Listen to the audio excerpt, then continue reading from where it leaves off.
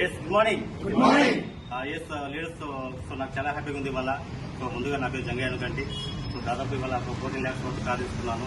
So ముందుగా so నాకు జన్మొచ్చిన నా తల్లిదండ్రులకు, సో అదేవిధంగా సో నాకు విద్యాబుద్ధి గురువులకి, సో మాకు ఇక్కడ మన వెబ్సైట్లో స్పాన్సర్ చేసిన so Anjan Raghavan sir and Srinivas Vaddamal గారికి సో స్పెషల్ థ్యాంక్ యూ చెప్పుకుంటాను. సో ఎందుకంటే ఇంతకుముందు బిఫోర్ వెస్టేజ్ ఒక నార్మల్ పర్సన్ని. సో నేను కూడా స్టార్టింగ్ లో నమ్మలేదు వెస్టేజ్ అనేది. సో దాదాపు 2013లో ఒక ఎక్స్టెంట్ వరకు ఆఫర్ వచ్చింది. సో దాంట్లో జాయిన్ అయ్యాను. జాయిన్ అయిన తర్వాత సో దాదాపు ఒక 1.5 year వర్క్ చేశాను. చేసిన తర్వాత అక్కడ ఇన్కమ్ అనేది రాలేదు. సో దానివల్ల ఏంటంటే దీంట్లో డబ్బులు రావని చెప్పేసి నేను బయటకు వచ్చాను. వచ్చిన తర్వాత మళ్ళీ 2019లో నాకు వెస్టేజ్ ఆఫర్ వచ్చింది. సో ఈ వెస్టేజ్ ఆఫర్ వచ్చినప్పుడు నేను పట్టించుకోలేదు. ఎందుకంటే చాలా వరకు ఇంతకుముందు ఒక ఎక్స్టెంట్ వర్క్ లో ఉన్నాం కాబట్టి సో ఇలాంటివి వర్కౌట్ కావు. ఈ జనాల్ని జాయిన్ చేసేది, సో ఇప్పించేది, డబ్బులు కట్టించేది. సో ఇదేంటంటే రకరకాల డౌట్లు ఉండే. సో మీకు ఎట్లయితే డౌట్స్ ఉన్నాయో నాకు కూడా అలాగే ఉండే. సో నేను నాకు ఈ అవకాశం మా ఫ్రెండ్ అంజన్ రాఘవన్ సార్ చూపించాడు. చూపించినప్పుడు నేను చెప్పాను, సో మీరైతే స్టార్ట్ చేయండి. సో నేను సరే ఓకే నేను ఫ్రెండ్ కాబట్టి జాయిన్ అవుతాను అని చెప్పి ఆధార్ కార్డు ఇచ్చాను, జాయిన్ అయినా. బట్ ఇంత బిజినెస్ చేయలేదు.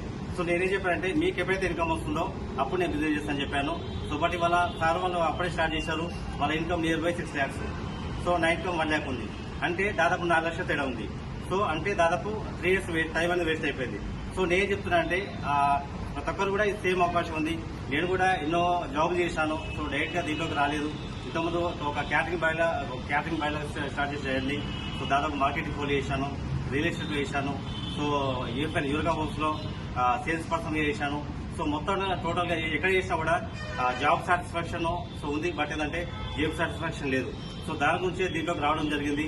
సో అనుకోకుండా స్టార్ట్ చేశాను. ఇవాళ దాదాపు ఒక 2 years తర్వాత ఒక మంచి లగ్జరీ కార్ తీసుకున్నాను. నేను మాత్రం తీసుకోలేదు.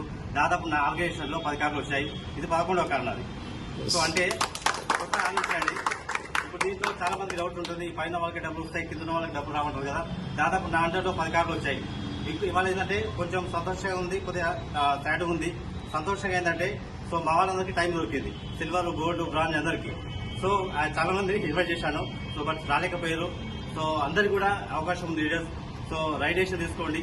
So thank you and wish you.